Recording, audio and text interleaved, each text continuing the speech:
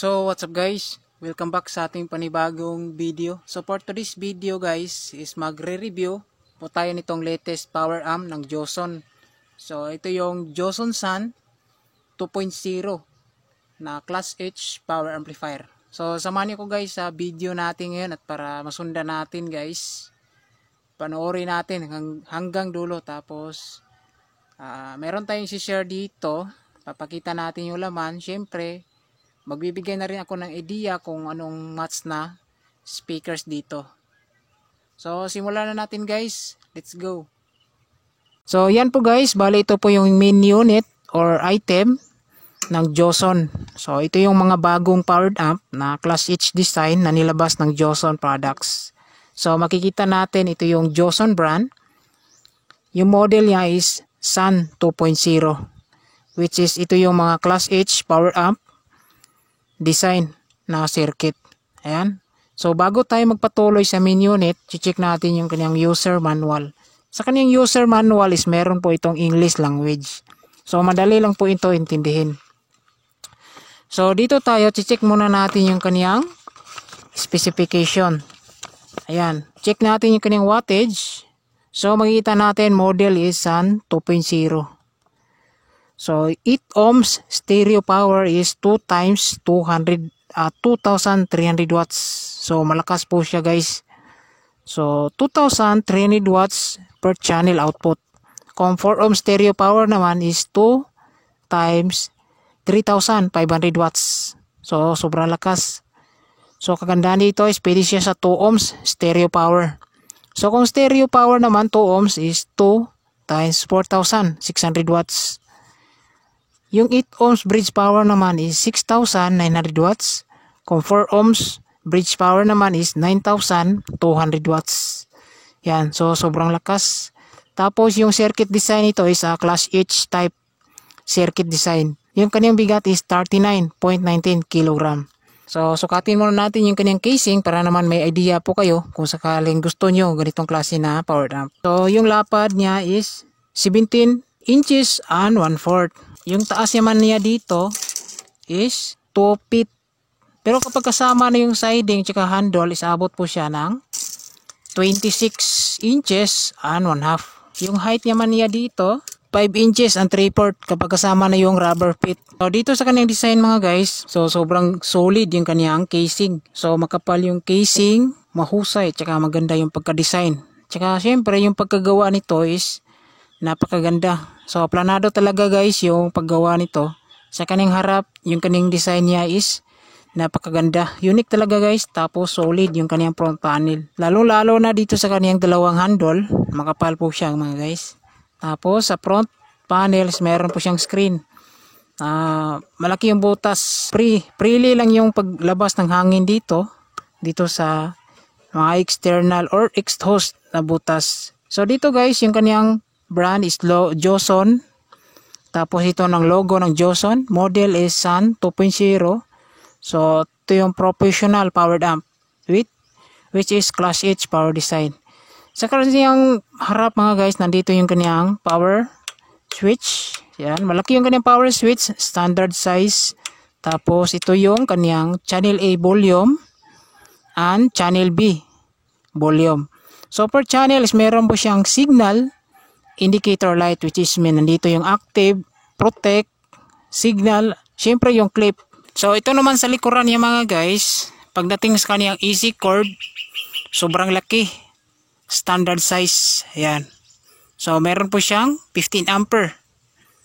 Ayan. So kagandahan dito is meron po siyang reset breaker. So in case meron problema yung ating item, automatic po ito mag-reset yung kaniyang breaker. Ayan. So per channels, meron po siyang malaking blower. So kagandahan dito ng Joson is dalawang blower sa likuran, dalawang blower din sa harap. Ayan. So dito guys sa kanyang input, meron po siyang channel input, channel A and channel B. Which is naka XLR type yung kanyang input. Kagandahan dito is meron siyang individual link output. So channel A link and channel B link. So, meron din siyang bridge mode, ilaw dito. Tapos, yung kanyang sensitivities, merong 0, 0.775 volts, meron ding 1.0 volt, tsaka 1.4 volts. So meron din siyang operating mode, which is pwede tayo mag stereo, parallel, and bridge. Ayan. So ito guys, meron din siyang crossover dito sa powered amp na to. So meron siyang 30 Hz high pass. So merong switch sa power on and off. Yan, meron din siyang 150 Hz sa low pass or yung pang bass. Yan. Meron din siyang switch. Tapos yung groundings, meron din siyang switch, so naka-on lang po siya. Tapos kagandahan is meron po siyang limiter. Yan. So sa kanyang outputs mga guys, meron po siyang speak on type, channel E and B. So meron din siyang binding post type sa kanyang speaker terminal. Ito yung channel A and channel B. So pwede rin siya sa bridge. Ayan. So ngayon guys, proceed tayo sa main laman. Bubuksan natin guys.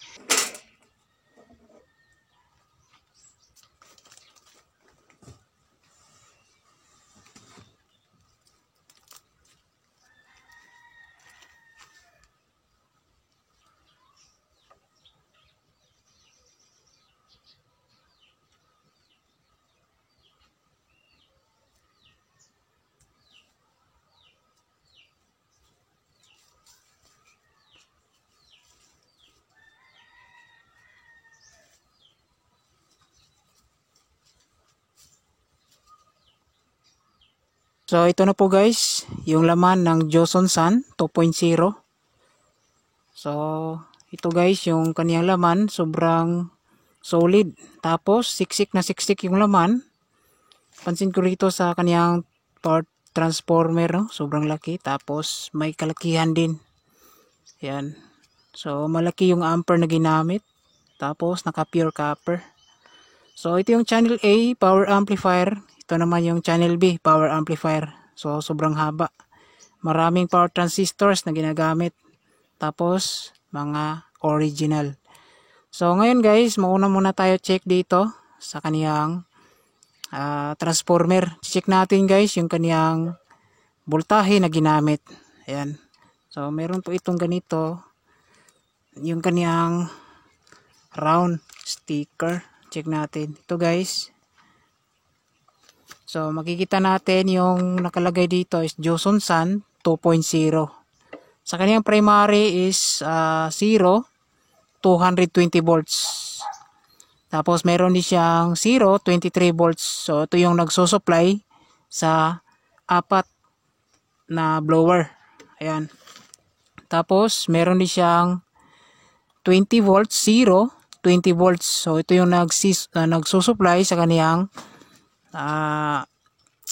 input buffer or preamp dito sa likuran. Yan. So dito guys, yung kaniyang nagsusupply sa dalawang power amplifier is ito. Is yung high voltage niya is 130 volts. Meron ding 86 volts. So yung low voltage is 43 volts, 0, 43 volts, 86 volts and 130 volts. Yan. So malaki yung supply na ginamit. Tapos bagong-bago pa itong gawa is meron pang production date dito guys. Oh. So ito siya nakalagay. So 130 volts yung kaniyang high voltage. Yan. So malaki. Tapos yung materials na ginamit dito is pure copper. Ayan. So dito sa kanyang diodes mga guys, ito po siya, naka bridge type diodes, tatlo. Merong bridge type diode sa high voltage, bridge type sa low voltage, and mid voltage. So ito yung bridge diode ng 130 volts, bridge type diode ng 86 volts, tsaka ito yung bridge type diode ng 43 volts. Yan. Kasi naka-class H type design itong powered amp. Is merong high voltage, medium voltage, tsaka low voltage. So, patungo na yan dito sa filter capacitor. So, check natin yung voltahe ng capacitor. Medyo mahaba yung capacitors na ginamit. Check natin yung voltahe. So, sa capacitors, mga guys, gumagamit sila ng 15,000 microfarad with 100 volts. So mayroong 20 capacitors. Yan, so madami. So hindi talaga siya guys kakapusin dahil sobrang dami ng capacitors na ginagamit. Yan. So yung connection dito is naka series connection. Yan. Series and parallel connection sa low voltage, mid voltage at high voltage na supply. So yung diameter ng transformer is umaabot ng 7 inches and 1/2.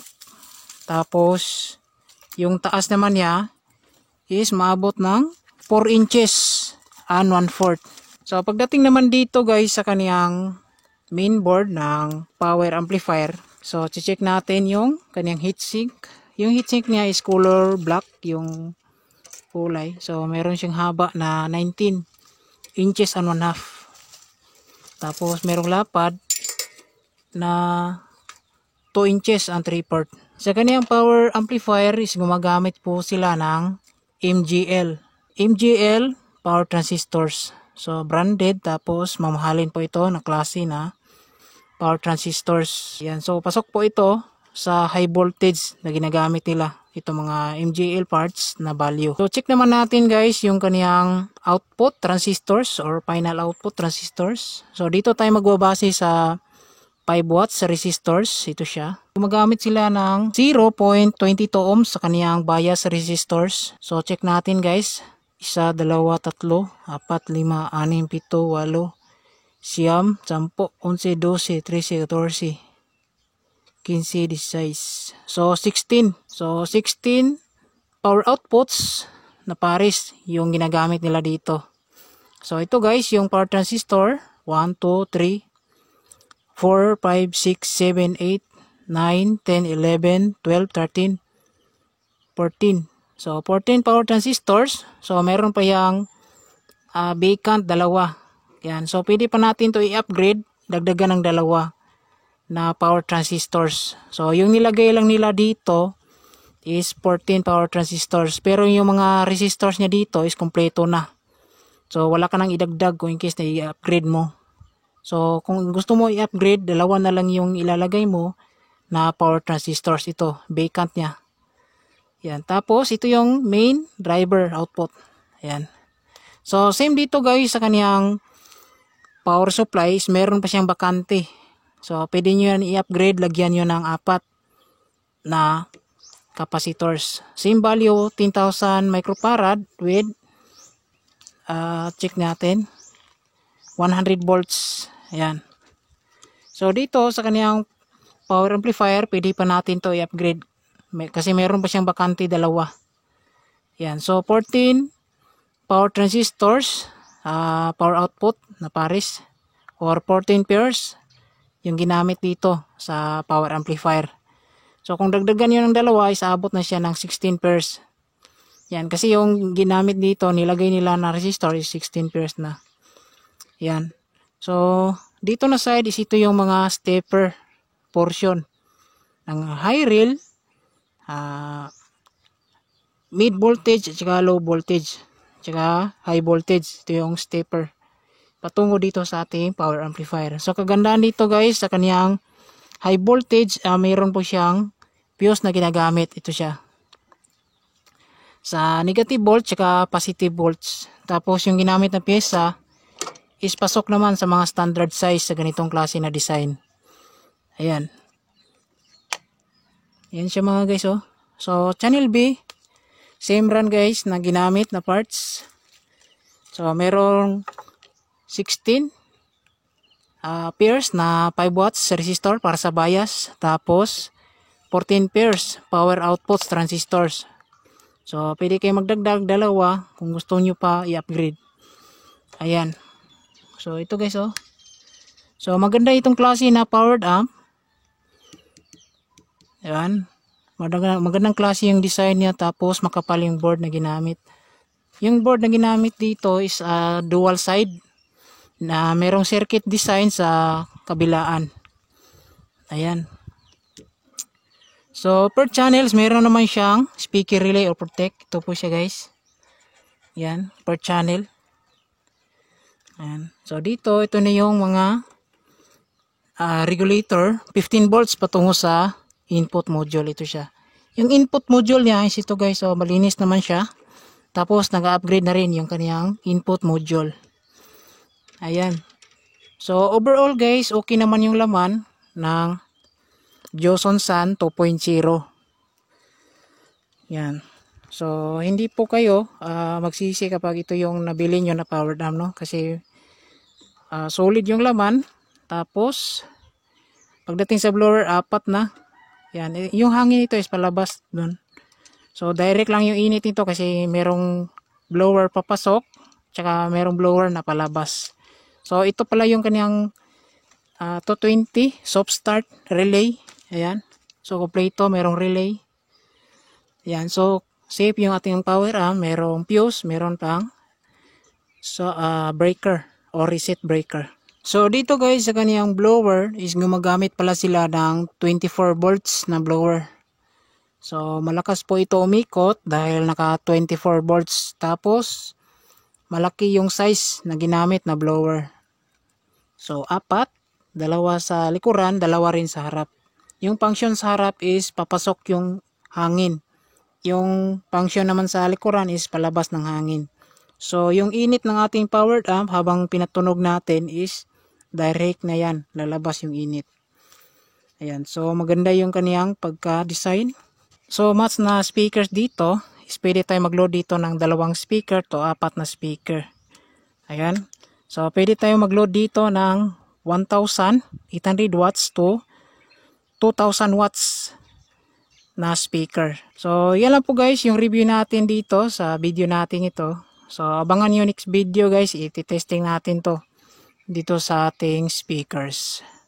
So yan lang po guys, sa gusto mag-avail ito is available po ito sa Shopee store ng Joson World Electronics. So yan lang po guys, maraming salamat, God bless, saka ingat tayong lahat.